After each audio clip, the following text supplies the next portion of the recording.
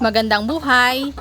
Nagdagdag ako ng pugaran at titingnan natin kung may nangitlog na. Kahapon ay bumili ako ng pugaran at dahil sa last stock na ito ay medyo hindi na maganda ang quality, pero okay lang dahil binigyan naman tayo ng discount.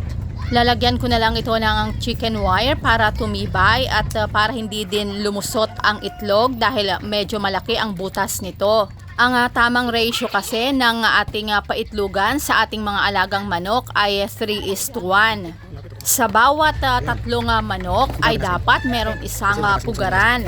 Meron akong 6 na magiging layers kung kaya't dapat meron akong 2 na available na pugaran. At ito na nga yung ginawa ko kahapon. Nilagyan ko ito ng dahon ng tanglad para hindi magkaroon ng hanip yung ating mga manok. Wala nga ng itlog na manok dito. Yung dating nakalagay kasi dito ay itinaas ko at dito sila ng itlog.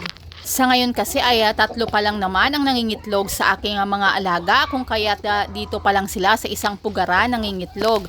Parang abang nga lang itong isang pugaran na ginawa ko kahapon. Balak ko din magpapisa ng itlog sa incubator at dahil meron tayong tandang ay siguradong fertile ang kanilang mga itlog. Hinihintay ko nga lang na mag 7 months itong ating mga layers para makasigurado tayo na magiging maganda ang quality ng kanilang mga sisiw at magiging mataas din ang kanilang hatching rate. May 18 siguro ay magpapa-incubate na ako ng 30 pieces na itlog. Ang goal ko kasi ay magkaroon ng at least 25 layers ngayong taon. Paalala pala, ngayong tag-araw ay siguraduhin natin na merong sapat na inumin ang ating mga manok.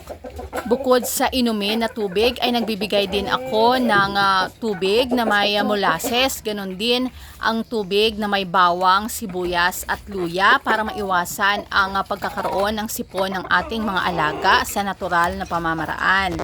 Yun lamang po. Maraming salamat sa inyong patuloy na panonood. Keep safe and God bless!